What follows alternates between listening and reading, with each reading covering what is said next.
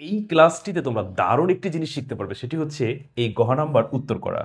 ধরো তুমি এইচটিএমএল পারো, কিন্তু পরীক্ষার হলে গেছে এরকম একটা প্রশ্ন চলে আসছে যে উদ্দীপকের টেবিলের মানে টেবিলের রোকে কলাম এবং কলামকে রো করে তারপরে এইচটিএমএল করো। এখন তুমি এইচটিএমএল পারো বাট টেবিল ঘুরাইতে পারতেছো না, এইচটিএমএল শিখেও কোনো লাভ হইল না ওই মুহূর্তে। তো এই ক্লাসটিতে আমি তোমাদের একেবারে এই জিনিসটা পরিষ্কার করে দেবো যে কিভাবে টেবিল ঘুরাইতে হয়। তো সাধারণত এইচটিএমএল এইভাবেই তো আসে, তাই না? কতে বলে এইচটিএমএল কি, খতে বলে ডক টাইপ লেখা কেন প্রয়োজন ব্যাখ্যা করো। তো সাধারণত ক খ থিওরি টাইপের প্রশ্ন থাকে, আর গ গ হলো উদ্দীপকের উপর ভিত্তি করে আসে। যেমন এখানে গতে বলছে সরাসরি টেবিলটা এইচটিএমএল করো, কোন একটা বোর্ডের প্রশ্ন আমি সাজায় তোমাদের এভাবে প্র্যাকটিস করাচ্ছি। আর গহ নাম্বারে বলছে টেবিলটাকে ঘোরাও। তো এই টেবিলটাকে ঘোরানোর পাশাপাশি আমরা আরও প্র্যাকটিস করাবো। তো চলো মনোযোগ সহকারে ক্লাসটি করি। আর তোমরা চাইলে ঘরে বসে আমার কাছে অনলাইন আইসিটি পড়তে পারো।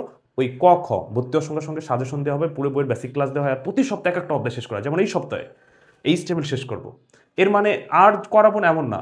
পরীক্ষার আগ পর্যন্ত যতগুলো সপ্তাহে আছে প্রতিটা সপ্তাহে এক একটা অধ্যায় এক এক সপ্তাহে শেষ করা হয়। এরকম চলতেই থাকবে, শেষ হয়ে গেছে আবার শুরু আবার শুরু আবার শুরু।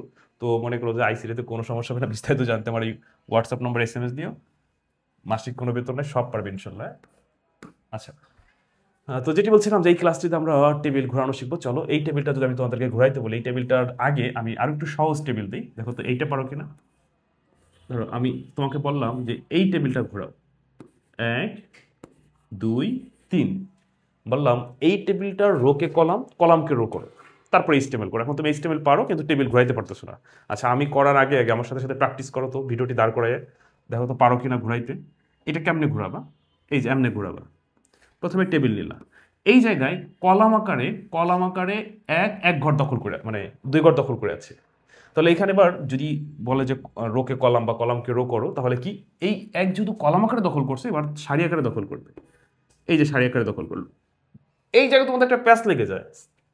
2 আগে লিখবা না পরে লিখবা, মানে নিচে লিখবা না উপরে লিখবা। মনে রাখবা এই বাম পাশে যেটা থাকে সেটা উপরে হয়, উপরে যে থাকে সে বাম পাশে হয়, ব্যাপারটা এরকম। তাহলে এখানে 2 আগে, এই জন্য আগে 2, আগে পরে 3।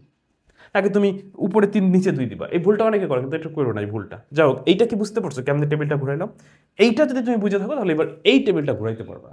আবারও বলি, ভিডিওটি দাঁড় করো, ভিডিওটি দাঁড় করো। আমি জানি তোমরা এইচটিএমএল পারো, যারা আগের ক্লাসগুলো করছো। যদি আগের ক্লাসগুলো না করে থাকো, এই সপ্তাহে পুরো বই মানে এইচটিএমএল এর সব শেষ করা হবে। তো বিস্তারিত জানতে হোয়াটসঅ্যাপ নম্বর এসএমএস দিও, দেখবা যে ক্লিয়ার হয়ে গেছে। হ্যাঁ, তা আমি তোমাদেরকে একটু দায়িত্ব দিলাম এখনই, তোমরা এই টেবিলটা ঘোরাও, এই টেবিলটা ঘোরাও। আমার সাথে এখন মিলাবো, আমি ঘুরাইলে দেখো পারো কিনা। ভিডিওটি দাঁড় করাও, করো। ওকে, আমি ধরে নিলাম তোমরা করছো। আচ্ছা, এবার এবার আসো, এইবার আসো, আমি আমি করে আমার সাথে মিলাও। আমি ধরে নিচ্ছি তুমি করছো। এই টেবিলটা রোকে কলাম, কলামকে রো করো। আচ্ছা, আমাকে বলো তো এই জায়গায় এই রেজাল্ট শিট লেখাটা কলাম আকারে কয় ঘর দখল করছে? 2 ঘর। তাহলে এবার ও সারি আকারে 2 ঘর দখল করবে। তাহলে কেমন হবে? এই যে একটা টেবিল নিলাম, এই যে ধরো রেজাল্ট শিট আমি লিখলাম,